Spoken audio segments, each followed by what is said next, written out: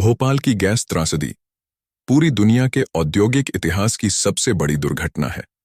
3 दिसंबर 1984 को आधी रात के बाद सुबह यूनियन कार्बाइड की फैक्ट्री से निकली जहरीली गैस मिक या मिथाइल आइसोसाइनाइट ने हजारों लोगों की जान ले ली थी।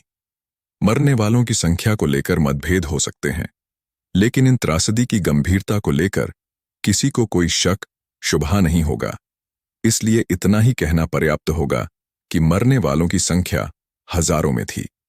प्रभावितों की संख्या लाखों में हो तो आश्चर्य नहीं होना चाहिए।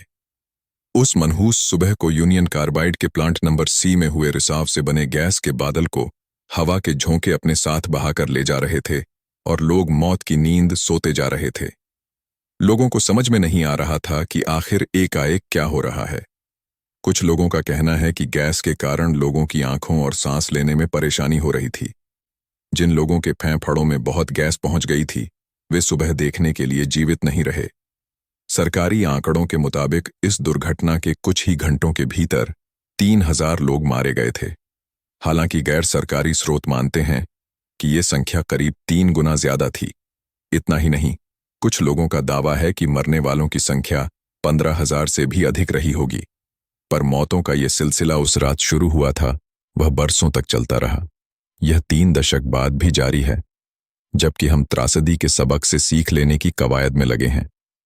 जानकार सूत्रों का कहना है कि कार्बाइड फैक्ट्री से करीब 40 टन गैस का रिसाव हुआ था और इसका कारण यह था कि फैक्ट्री के टैंक नंबर 610 में जहरीली मिथाइल आइसोसाइनेट गैस से पानी मिल गया था। इस घटना के बाद रासायनिक प्रक्रिया हुई और इसके परिणाम स्वरूप टैंक में दबाव बना।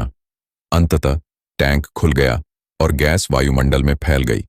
गैस को लोगों को मारने के लिए मात्र 3 मिनट ही काफी थे।